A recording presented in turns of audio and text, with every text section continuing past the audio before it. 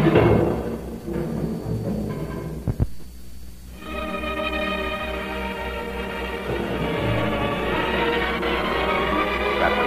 14 do Evangelho de Jesus segundo São Marcos. 2 dias depois era a Páscoa e os pães asmos, isto é, sem fermento. Os principais sacerdotes e os escribas procuravam algum meio de prender Jesus à traição para matá-lo. Porque diziam, durante a festa não, para não haver revolta do povo contra nós.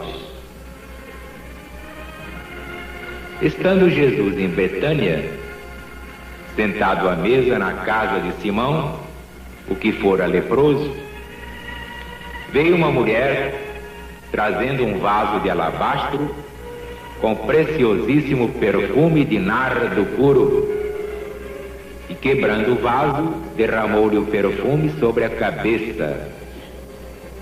Alguns se indignavam, dizendo: mas para que esse desperdício?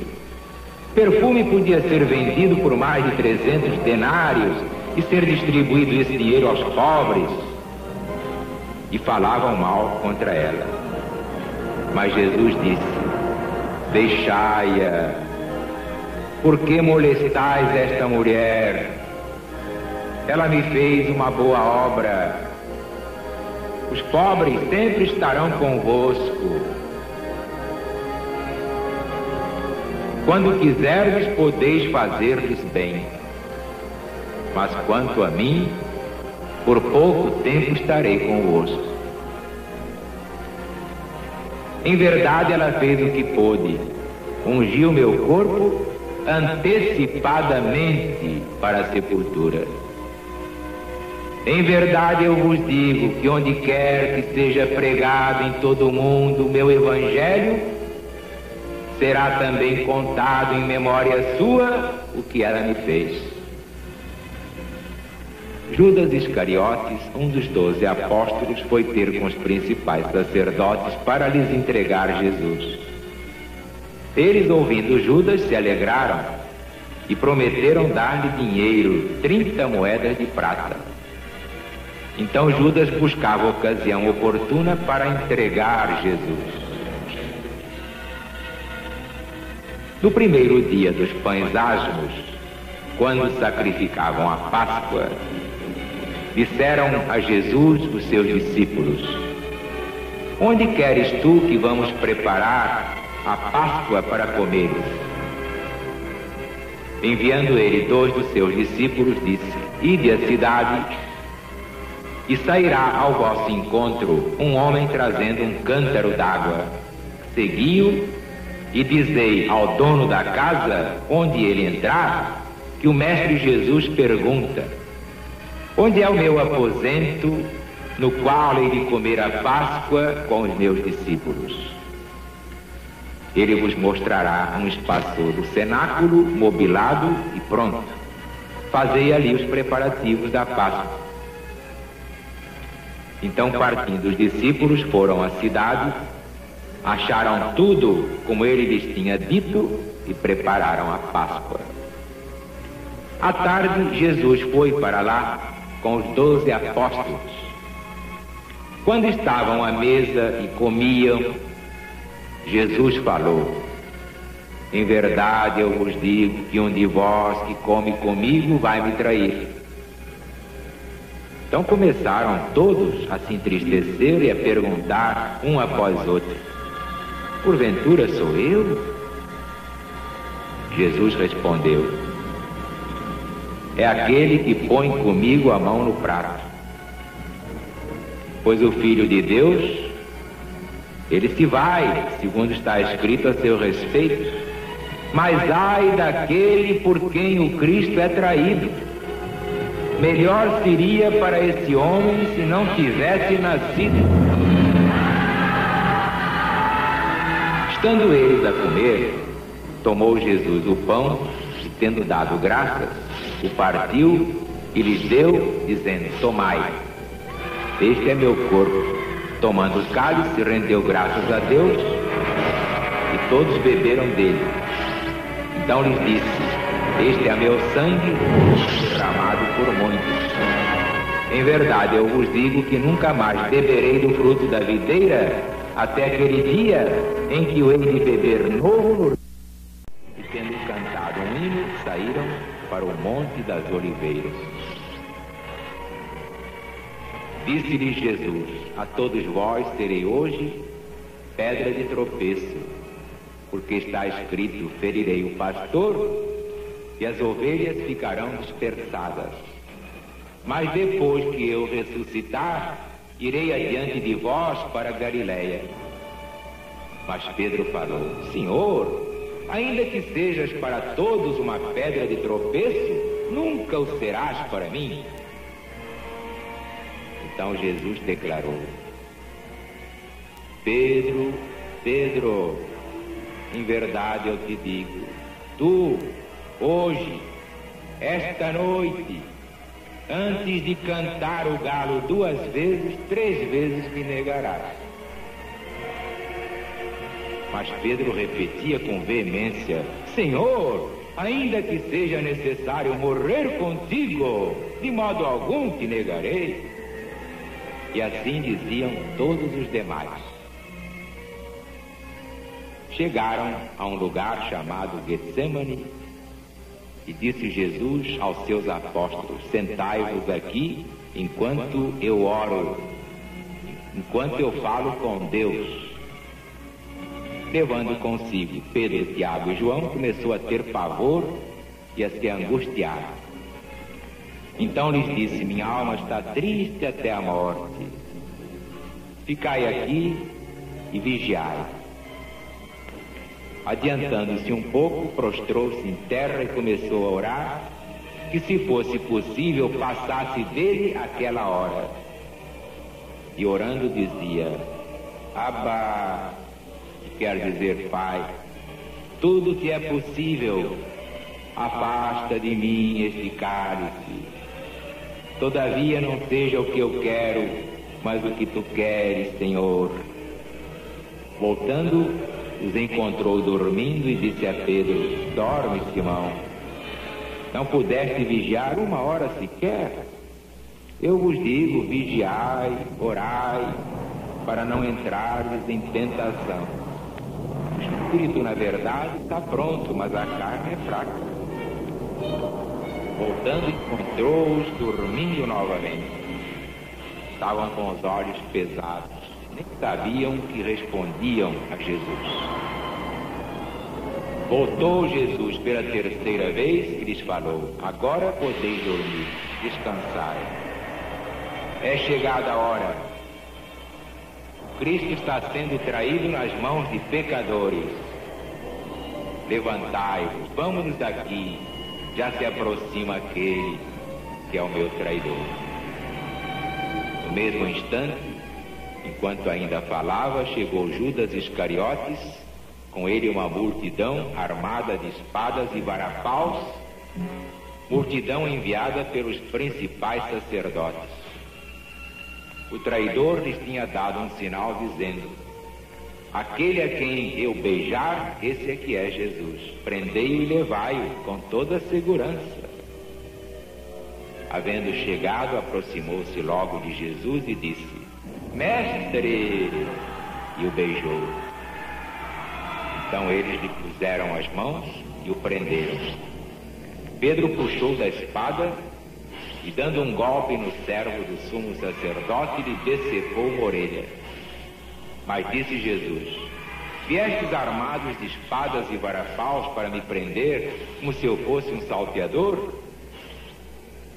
Todos os dias eu estava convosco no templo, ensinando, e não me prendestes lá? Mas isto é para que se cumpra a Escritura. Todos o deixaram, todos fugiram, Jesus ficou sozinho. Seguia Jesus um moço coberto unicamente com um lençol, e o agarraram, mas ele, largando o lençol, fugiu. Levaram Jesus à casa do sumo sacerdote. reuniram-se todos os principais sacerdotes, escribas e anciãos do povo. Pedro o seguia de longe até dentro do pátio da casa do sumo sacerdote. Estava sentado com os oficiais de justiça, aquentando-se ao fogo. Os principais sacerdotes e todo o sinédrio buscavam testemunho contra Jesus para entregá-lo à morte, mas não achavam. Porque muitos depunham falsamente contra Jesus, mas seus depoimentos não eram coerentes. Depois, levantando-se alguns, davam falso testemunho contra ele, dizendo: nós ouvimos Jesus dizer: eu destruirei este santuário feito por mãos de homem, em 3 dias construirei outro, não feito por mão de homem. Mas nem assim era coerente seu testemunho. Levantando-se o sumo sacerdote no meio do sinédrio, interrogou o Senhor: então, Jesus, nada respondes? Não ouves o que depõe estes contra ti? Mas Jesus se conservou calado, não disse palavra. Tornou a perguntar o sumo sacerdote: então, és tu o Cristo, o Filho de Deus? Jesus respondeu: eu sou. E vereis o Filho de Deus sentado à mão direita do Todo-Poderoso e voltando nas nuvens do céu. Então o sumo sacerdote, rasgando as suas vestes, disse: não há mais necessidade de testemunhas? Ouvistes a blasfêmia? O que é que vos parece? Então todos o julgaram réu de morte. Alguns começaram a cuspir nele, a lhe tapar o rosto, a lhe dar punhadas e a dizer: adivinha, Jesus, quem foi que te bateu? E os oficiais de justiça receberam Jesus a bofetadas.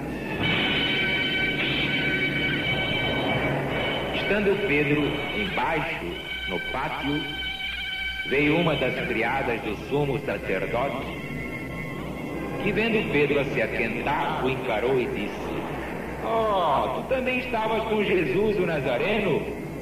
Mas Pedro negou, dizendo: não sei nem compreendo o que dizes, mulher. Saiu para o alpendre. Vendo a criada, tornou a dizer aos que estavam ali: esse aí é um deles. Mas de novo Pedro negou. Pouco depois, os que ali estavam disseram novamente a Pedro: certamente tu és um deles, pois também és galileu. Pedro, porém, começou a praguejar e a jurar: não conheço esse homem. Imediatamente cantou o galo pela segunda vez.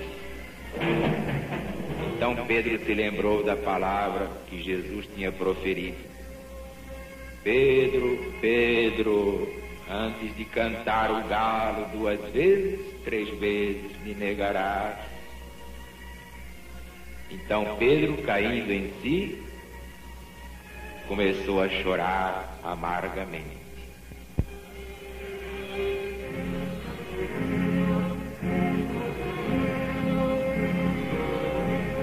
Aí está, meus amigos, meus irmãos, uma página como esta dispensa qualquer comentário. Aqui está todo o sacrifício do Mestre por nós. Sabia que a humanidade é ingrata, que a humanidade é inconsciente, essa fraca argila humana. Sabia que ia ser negado, traído, vilipendiado. E entretanto, sendo Senhor, se fez um servo. Deus feito homem, verbo feito carne para a nossa salvação. Quantas vezes teremos negado também Jesus? Toda vez que não cumprimos nosso dever, estamos negando Jesus. Toda vez que não cumprimos o novo mandamento, estamos negando Cristo. Esse remorso eu não vou levar. Prefiro que me joguem pedras, me chamem de tudo, mas eu estou dando o recado.